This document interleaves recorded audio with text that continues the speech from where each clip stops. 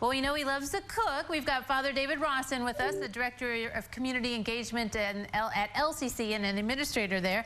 And we're going to talk about pasta because you said there's stories behind them and there's different shapes. So, Father, thanks for joining us. Sure. Some years ago, we did talk about the fact that there were about 117 varieties of pasta. Actually, pasta is the most favorite food in the entire world. There's more pasta eaten than any other food. And having lived in Italy, I began to enjoy all different types of pasta. When I was growing up, there were only two types. We didn't call them pasta. You either had spaghetti or we had macaroni and cheese. That was it. But with the advent of a world economy, we're able to see now that there are different varieties of pasta, and each one of them, in some fashion, is able to represent a particular region of Italy. The other day, one of my friends brought in a type of pasta. Let me show it to you here. I don't know if you can see it. Well, let me hold it up to the camera here. There you go. See okay. How it's bent like that. It's just a piece of pasta that's bent, and the housewives in the central part of Italy will take this and they would bend it, and it's called strazzo preti, which means choke the priest. It does not, does it? Yes, it does. It means strangle or choke the priest. And here's how it got its name. Supposedly, and according to legend, of course, the church owned a lot of land, a lot of property, and the priest would be sent around to get the rent. And so the housewife, especially if they didn't have much money, would be angry by the time the priest got there.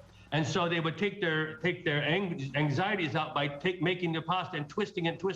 Another legend is that the priest, as we still sometimes do, would go out to their homes on Sunday after Mass, and they would do this, and the husbands would be mad as heck because the priest would be there, and there are all kinds of other things. But strazzo preti, choke the priest. The other kind of pasta I like is this one here. Let me find it here. It's called tortellini. Did you ever hear this? Oh, yeah. Tortellini. We didn't have that when I was kids, when I was growing up. Tortellini has its origin in the central part of Italy between Bologna and Modena. And here's what the story is. Supposedly, there was an innkeeper who one day who saw one day the goddess Venus, who came into his inn to stay overnight.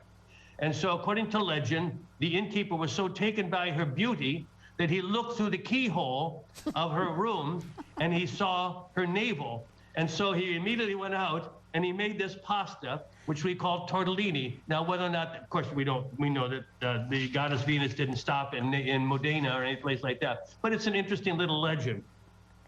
Then we have this little pasta here. You can barely see it. Let me see here. There we go. It's called orecchi, which means little ear. You can see how in some way they resemble the ear, little ears. And they have their origin because it's very easy pasta to make. You just simply take a piece of pasta, a sheet of pasta, you press your thumb into it, as you can see there. You press your thumb into it, and you get a nice little pasta. Probably one of the more common pastas that we see today are these little kinds that you see right here. Let me see if I can put it up to the camera. There you go. Now, this is called penne. What does that sound like in English? Penny? I don't know. Pens, little pens. Oh, Because so that's what it looks like. They like yes. the quills. They look like the quill up there. So they would do this. This is served especially in with a tomato sauce in the southern part of Italy. This pasta here, there are all different kinds of pasta, but this is sort of a thin kind of pasta. It's called linguine, and linguine in Italian means little tongue. Oh. Little tongue. So it's different than spaghetti, which is thicker. It's different than fettuccine, which is far wider. And linguine is used oftentimes with a seafood sauce, like with a clam sauce or maybe some shrimp in garlic oil and olive oil. It's a nice little sauce, a nice little pasta to eat. But I didn't bring all 117 varieties today because we wouldn't have enough time. What's your favorite variety of pasta? I do like a rigatoni-shaped pasta with spaghetti sauce and meat and stuff like that. But I was telling you, I like elbow macaroni when I eat my mac and cheese. And if I have like spiral or something like that, I feel like the mac and cheese just doesn't taste right. Interestingly enough, a lot of people think that pasta was introduced into Italy by Marco Polo, who went to China in the 13th century. but in reality, that's just a legend. Actually, pasta may have come up through the Arab countries, but pasta was in Italy long before, I should say, Marco Polo went to China. So it's a nice little experiment, I think, if you can try all these varieties of pasta. You can go to the store today and you'll see all kinds of varieties.